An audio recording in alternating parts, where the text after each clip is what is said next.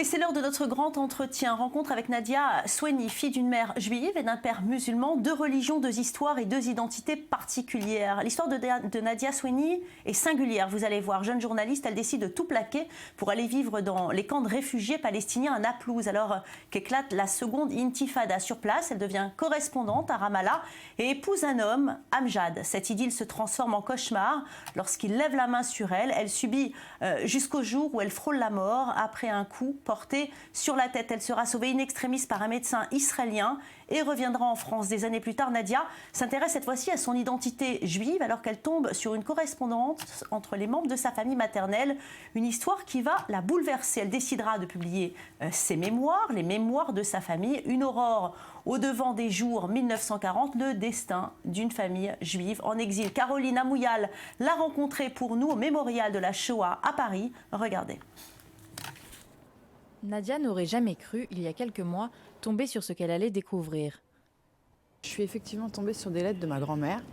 Et puis je me suis rendu compte qu'effectivement, elle vivait aux États-Unis, qu'elle était partie en exil à cause de la guerre, parce que juive, qu'elle avait une famille très impliquée dans la lutte idéologique pour la reconnaissance de la France libre auprès des Américains, parce que c'était quand même très compliqué de faire reconnaître la lutte comme étant représentative de la France et non pas Vichy. Elle découvre également qu'elle est l'arrière-petite-fille de Henri Diamant-Berger, éminent cinéaste connu du tout Paris. Il est devenu le représentant de De Gaulle à Hollywood pendant cette période. Donc il a participé par exemple à faire apparaître la France libre dans le film Casablanca, pour qu'on voit la croix de Lorraine. Ça c'était des petites choses, qu'on chante la Marseillaise. C'est des petites choses qui peuvent paraître anodines, mais ça fait partie de la propagande en fait. Grâce à l'aide de sa famille, elle parvient à reconstituer un passé qu'elle ignorait dans le détail, sa mère Kathleen ne lui ayant jamais tout dévoilé. Oui, on en parlait, on savait quand même qu'on était juifs, ce qui est déjà pas mal. Non mais je veux dire nécessairement, à partir du moment où on est juif en Europe, juif ashkénaze en Europe, pour être précise, on a forcément à un moment donné une transmission familiale sur qu'est-ce qui s'est passé pour notre famille pendant cette période particulière. Ils n'ont jamais vraiment été pratiquants, mais en revanche, ils n'ont jamais eu honte de dire qu'ils étaient juifs, de revendiquer le fait qu'ils étaient juifs et de l'afficher. Mère juive, père musulman, dans chacune de ces quêtes d'identité, à Naplouse ou ici avec les courriers de sa famille, Nadia ne veut pas trancher, car par essence, elle se sent les deux à la fois. Je ne me sens pas juive de la même manière que je me sens musulmane. C'est deux façons de... Ça suscite des émotions différentes, des histoires différentes, une partie de la famille différente.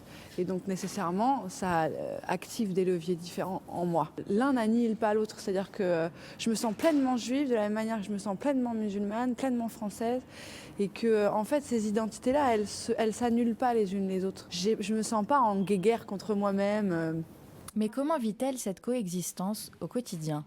Tu as beaucoup de mal à prendre un parti sous prétexte que tu appartiens au groupe. C'est-à-dire qu'aller défendre les musulmans sous prétexte que je suis musulmane, ça marche jusqu'à un certain moment. Parler des immigrés en France, je vais me sentir concernée. Même si, mais je vais avoir cette espèce de recul ou cette possibilité de changer d'angle, de regard, parce que j'ai des apports familiaux, historiques et de racines différentes.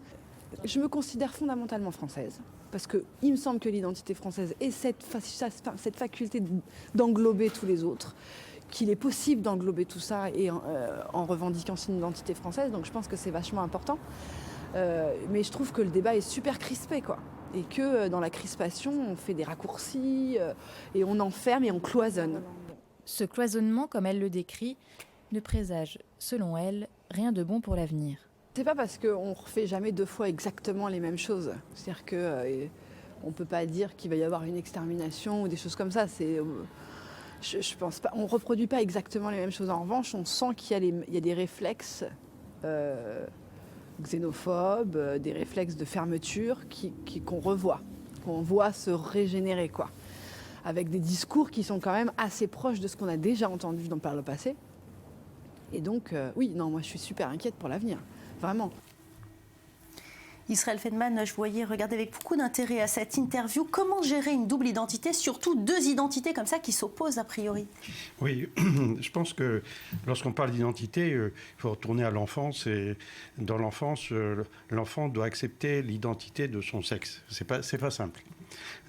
Pourquoi? Parce que on perd quelque chose. C'est-à-dire que les enfants cherchent pendant le début de la vie, cherchent à avoir finalement tous les avantages des deux sexes. Et puis à un moment, il faut bien choisir. Alors, c'est la même chose sur le plan cérébral. On a deux cerveaux, il y en a un qui doit être dominant. Si les deux dominent, on ne peut même pas prendre un objet. Alors, vous voyez, donc, je pense que dans son cas, ce qui est terrible, c'est que ces deux identités en conflit. C'est-à-dire qu'il y a un conflit israélo-palestinien. Donc, pour elle, moi, c'est le conseil que je lui donnerais, c'est de choisir vraiment son camp, parce qu'elle peut être un pont ensuite entre... Donc, vous n'avez pas été, finalement, vous, convaincu par la sérénité de cette jeune femme? Non, je n'ai pas vu de sérénité, j'ai vu un refus, excusez-moi, mais de choisir. Alors, c'est pas la même chose. On n'a pas tendance à mélanger culture et religion, Maurice Fergan? Oui, là, il ne s'agit pas d'un syncrétisme religieux, c'est-à-dire une personne qui pratiquerait deux religions. C'est pas de ça qu'elle parle. Elle parle d'une espèce de syncrétisme culturel, si on peut désigner la chose comme ça, où elle sent en elle deux types de culture, deux types d'identité. Elle ne les voit pas contradictoires, elle les approche comme peut-être complémentaires même, mais en attendant, on ne parle pas d'une personne qui serait en train de pratiquer deux religions en conflit. Ce sont deux identités en conflit peut-être, mais pas de religion. En tous les cas, votre conseil, docteur Feldman, c'est de choisir l'une ou l'autre des religions. Parce sans rejeter l'autre, mais qu'il y en ait une qui domine. Merci beaucoup. Restez avec nous dans quelques instants. Le grand dossier de la semaine, nous parlerons de la pauvreté en Israël notamment, et au programme également du sport et de la mode. Restez là.